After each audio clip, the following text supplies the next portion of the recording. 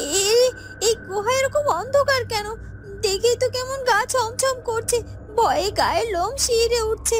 আরে এই অন্ধকার গুহার মধ্যে আমি আবার কোনো বিপদে পড়ে যাব না তো? আমি আছি তো মা তোর সাথে। চল মা চল, একটু ভেতরে এগিয়ে যা। এরপর অভাগী আরো একটু এগিয়ে যেতে থাকে, আর হঠাৎ করে সে গুহার মধ্যে একটি আলোকিত জায়গা দেখতে পায়। আর সেখানে সে দেখতে পায় যে থরে থরে 7টি ঘোড়া সাজিয়ে রাখা হয়েছে, আর সেই ঘোড়া থেকে কেমন যেন একটা আলোক রশ্মি বেরোচ্ছে, আর সেখানে একটি সাপ সেই 7টি কলসকে পাহারা দিচ্ছে।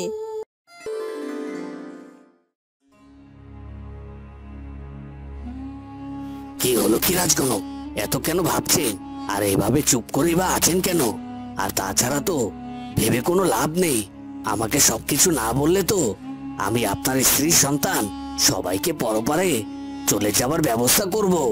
এখন দেখুন, সিদ্ধান্ত আপনার, আপনি কি করবেন? রাঘব, তুমি বারবার এমনটা কেন বলছো? আমি তো তোমাকে বলেছি যে আমি অবশ্যই সবকিছু তোমাকে বলে দেব। তারপরও তুমি আমার স্ত্রী সন্তানকে আঘাত করো না। আর তাছাড়া আগে তুমি ওদেরকে সম্মানের সহিত বাড়িতে ফিরিয়ে দিয়ে এসো, তারপর তোমাকে সবকিছু বলবো। না না, এতটা সহজ নয়। আপনি আমাকে সত্যি কথা না বললে কিছুতেই আমি আপনার স্ত্রী সন্তানকে কিছুতেই ফিরিয়ে দেব না। আর তাছাড়া আমি আপনাকে কথা দিচ্ছি, আপনার কোনো ভয় নেই। আপনি আমাকে সত্যিটা বলতে পারেন, আমি আপনার স্ত্রী সন্তানকে সত্যি সত্যি তাদের বাড়িতে ফিরিয়ে দিয়ে আসবো। বলছি, আমি সবকিছু বলছি রাঘব। আসলে রাজকুমার বেঁচে আছে, কিন্তু সে মনুষ্য রূপে নয়, সে একটি পাখি রূপে বেঁচে আছে। কি বলছেন কি? রাজকুমার পাখি রূপে বেঁচে আছে মানে? ঠিক আছে, রাজকুমার পাখি রূপে বেঁচে থাকুক, আর যেভাবেই বেঁচে থাকুক, ওকে আমি কিছুতেই বেঁচে থাকতে দেব না। ওকে আমি শেষ করে ফেলবো। এখন বলুন, কোথায় আছে ও পাখি বেশে? আমি ওকে সেখান থেকে খুঁজে বের করে নিয়ে আসবো। আসলে রাজকুমার সেদিন আপনার সাথে জঙ্গলে শিকারে গিয়েছিল, আর এক সাধুর অভিশাপে পাখিতে পরিণত হয়। তারপর থেকে রাজকুমার ওই জঙ্গলেই রয়েছে। ও আচ্ছা, তার মানে ওই পাখি রূপী রাজকুমারকে শেষ করতে পারলেই আমার পথের কাঁটা দূর হয়ে যাবে চিরকালের মতো। রাজগণক, আপনাকে অনেক ধন্যবাদ। আর আমি যেহেতু আপনাকে কথা দিয়েছি আপনার স্ত্রী সন্তানের কোনো ক্ষতি করব না, ওরা ঠিক ওদের বাড়িতে পৌঁছে যাবে, কারণ আমি খারাপ হলেও এতটা খারাপ নয়। এ কথা বলে রাঘব সেখান থেকে চলে যায়। হে বিধাতা, এটা আমি কি করলাম? শুধুমাত্র নিজের স্ত্রী সন্তানকে বাঁচাতে গিয়ে আমি রাজকুমারের জীবন যে বিপদে ফেলে দিলাম। হে বিধাতা, আমি পাপ করে ফেলেছি, তুমি আমাকে ক্ষমা করে দিও, ক্ষমা করে দিও বিধাতা। আমি যে বড্ড নিরুপায় হয়ে এই কাজ করতে বাধ্য হয়েছি। আর তুমি রাজকুমারকে রাঘবের হাত থেকে রক্ষা করো, রাজকুমারের যেন কোনো ক্ষতি না হয়। ওদিকে অভাগী তাড়াহুড়ো করে বাড়ি থেকে বেরিয়ে যেতে থাকে। তখনই অভাগীর ভালো মা সেখানে চলে আসে। এ কি অভাগী, তোর জ্ঞান ফিরে এসেছে মা, তুই সুস্থ হয়ে গেছিস। আমি জানতাম মা, তুই খুব তাড়াতাড়ি সুস্থ হয়ে যাবি, কারণ কবিরাজ বাবা তোকে দেখে বলে গেছে যে চিন্তার কোনো কারণ নেই, তোর তাড়াতাড়ি জ্ঞান ফিরে আসবে। হ্যাঁ ভালো মা, আমার জ্ঞান ফিরে এসেছে, আর আমি এখন সুস্থ আছি। আমার আমার আর কোনো কষ্ট হচ্ছে না। তবে মা, এক্ষুনি এক্ষুনি আমাকে বের হতে হবে। তুমি সরে যাও ভালো মা, সরে যাও। অভাগী, কি বলছিস কি মা? তোকে এক্ষুনি বাইরে যেতে হবে মানে? কোথায় কোথায় যাবি তুই তোর এই অসুস্থ শরীর নিয়ে? না না না না, এখন তোকে কোথাও যেতে হবে না। যা, ঘরে গিয়ে বিশ্রাম কর, আমি তোর জন্য খাবার নিয়ে আসছি। না না মা, আমাকে এখন যেতেই হবে, আর আমি এখন কিছুই খাবো না। তুমি সরে যাও মা। না, হবে কি না হবে সেটা আমি জানি, তোকে কোথাও যেতে দেব না এখন। তোকে তোকে আমার কথা শুনতেই হবে। আর তাছাড়া বাইরে তোর এমন কি কাজ আছে যে তুই এরকম অসুস্থ অবস্থায় বাইরে যেতে চাইছিস? তোর বাইরে এমন কি কাজ আছে যে তুই এরকম অসুস্থ অবস্থায় বাইরে যেতে চাইছিস? ভালো মা, তুমি কেন বুঝতে চাইছো না? আমাকে এখন যেতেই হবে। আর সব থেকে বড় কথা জানো ভালো মা, আমি আমার বাবাকে দেখেছি গো। বাবা আমার স্বপ্নে এসেছিল, আর কোথায় এসেছিল সেটাও আমি দেখতে পেয়েছি। তাই তো আমি আমার বাবার খোঁজে সেখানে যাচ্ছি। এসব কি আবোল তাবোল বলছিস মা? তোর বাবা কোথায় এসে তোর সাথে দেখা করেছে সেটা তুই জানিস? এখন তার খোঁজে যাচ্ছিস তুই? এটা কি করে হয়? তোর বাবা তো সেই কত বছর আগে মারা গিয়েছে, আর তাই কি করে তুই তোর বাবাকে খুঁজে পাবি বলতো?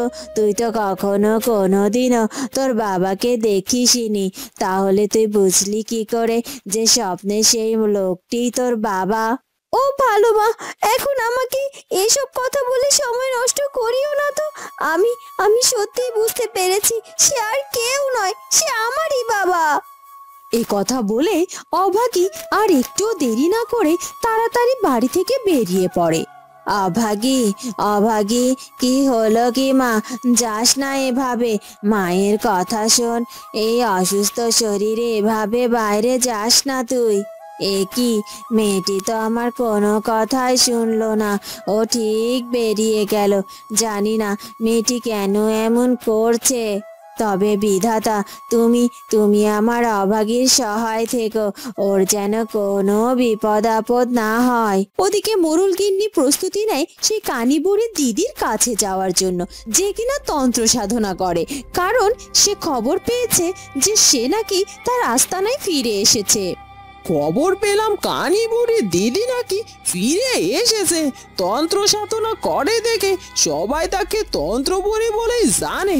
আর তাছাড়া কানি বুড়ি তো আমাকে বলেছে যে ওই তন্ত্র বুড়ির কাছে গেলে নাকি সে অসাধ্য সাধনও করে দিতে পারে।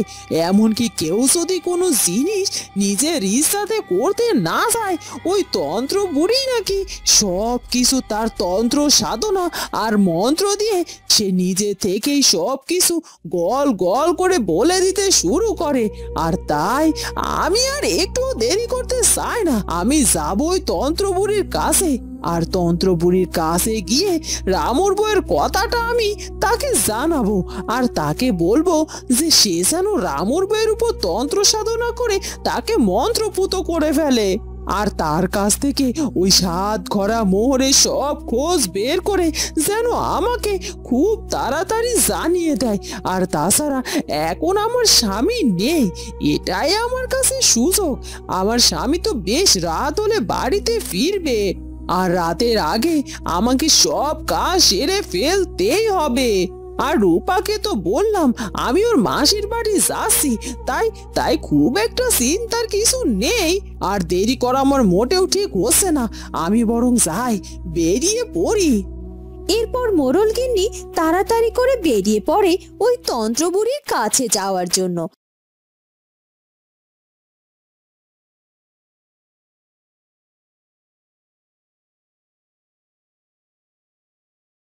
আর বাড়ি থেকে বেরিয়ে কিছুটা দূর এগিয়ে যাওয়ার পরে সে দেখতে পায় সেখানে কানি বুড়িও দাঁড়িয়ে আছে। এই তো কানি বুড়ি, তুমি দেখি এখানেই দাঁড়িয়ে আসো, ভালোই হয়েছে।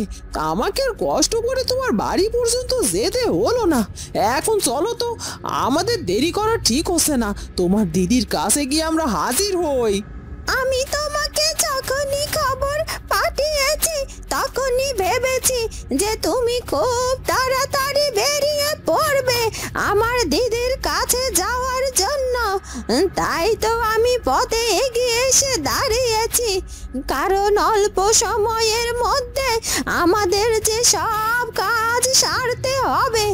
চলো দেখিনি, আর দেরি করে আমাদের লাভ নেই, তাড়াতাড়ি রওনা দেই। কারণ যদি একটু বেশি দেরি করে ফেলি তাহলে আমার দিদি আবার ধ্যানে বসে যাবে, আর তার জন্য তার কাছে গিয়ে আমাদের অনেকটা সময় অপেক্ষা করতে হবে। না না না না, আমার হাতে সময় খুব কম, তাই আমাদের কাজ যত দ্রুত সম্ভব তত তাড়াতাড়ি শেষ করে তারপর ফিরে আসতেই হবে। এরপর সেই কানিবুড়ি এবং মোড়লগিন্নি রওনা দেয় তন্ত্রবুড়ির কাছে যাওয়ার জন্য।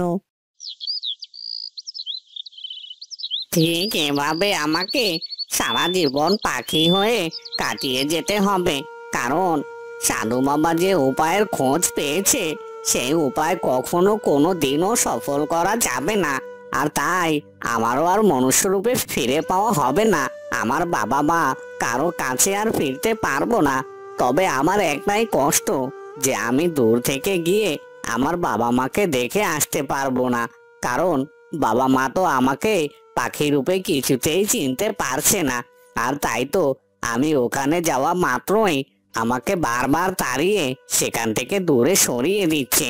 আর তাছাড়া আমি তো আমার বাবা মাকে এটাও বলার চেষ্টা করেছি যে আমি তাদের রাজকুমার, কিন্তু আমার বাবা মা সেটা কিছুতেই শুনতে চাইছে না। আর তাই তো আমি আর আমার প্রাসাদেও ফিরে যাব না। আমি জঙ্গলে জঙ্গলে সারা জীবন নিজের জীবনটা কাটিয়ে দেব। আর তাছাড়া আমি যাকে মন থেকে ভালোবেসে ফেলেছি তাকেও তো আমার আর পাওয়া হবে না, কারণ আমি একজন পাখি আর সে একজন মানুষ। আর এজন্যই আর একজন পাখি হয়ে কি করে আমি একজন মানুষকে আমার নিজের জীবন সঙ্গী করতে পারি। আর তাই আমার জীবনের সব সুখ, সব শখ, সব কিছু বিসর্জন দিতে হচ্ছে। তবে আমি তাই দেব, যেহেতু বিধাতা চাইছে না আমি মনুষ্য রূপে আবার ফিরে আসি, সেহেতু আমি বিধাতার ইচ্ছাটাকেই মেনে নেব। আর কষ্ট পাবো না, আমি আর দুঃখ পাবো না।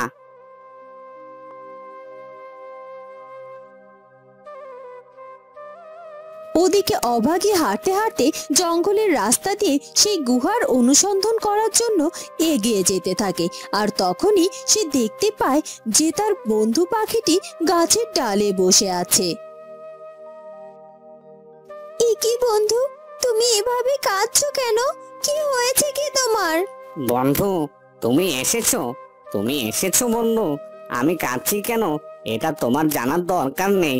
তা তুমি কেমন আছো সেটা বলো। আমি আমি আর কি করে ভালো থাকি বলো তো? আমার মাকে যে আমি হারিয়ে ফেলেছি চিরকালের মতো। আমার মা যে সাপের কামড়ে মারা গিয়েছে। আমার মা আর কখনো কোনোদিনও আমাদের মাঝে ফিরে আসবে না গো, ফিরে আসবে না। কেঁদো না, কেঁদো না বন্ধু। তুমি কাঁদলে যে তোমার চোখের জল আমার আর সহ্য হয় না। আর তাছাড়া নিজেকে শক্ত করো। সবার বাবা মা তো আর চিরকাল বেঁচে থাকে না। আর তাছাড়া এই দেখোই না, আমিও তো কত দুঃখী। আমার বাবা মা থাকতেও যেন নেই। কি বলছো কি? তোমার বাবা মা থাকতেও নেই মানে? কোথায় কোথায় তোমার বাবা মা? তুমি আমার বন্ধু, আর তাই তোমাকে আমি মিথ্যা বলবো না। আমার বাবা মা যে ওই রাজপ্রাসাদে রয়েছে গো। কি বলছো কি? ওই রাজপ্রাসাদে তোমার বাবা মা রয়েছে? তার মানে কি রাজা রানী তোমার বাবা মাকে বুঝি বন্দি করে রেখেছে?